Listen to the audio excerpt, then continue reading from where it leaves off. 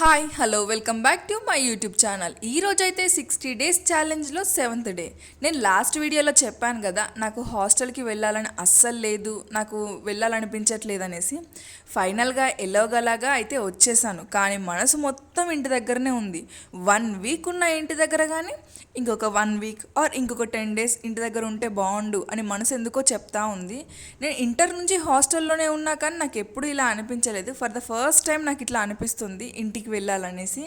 ఇంకా అవన్నీ పక్కన పెట్టేస్తే ఈరోజు 30 మినిట్స్ వాక్ తర్వాతనైతే వర్కౌట్స్ అన్నీ స్టార్ట్ చేశాను. మెల్లిగా అన్నీ కూడా ఫినిష్ చేసుకున్నాను. ఈరోజు నాకే తెలియకుండా నేను 30 మినిట్స్ ఎక్స్ట్రా చేసేసాను. ఈరోజైతే నా మనసు ఎలా ఉందంటే, జస్ట్ ఇట్లా కదిలిస్తే చాలు ఏడుపు తన్నుకొచ్చేటట్టు ఉంది.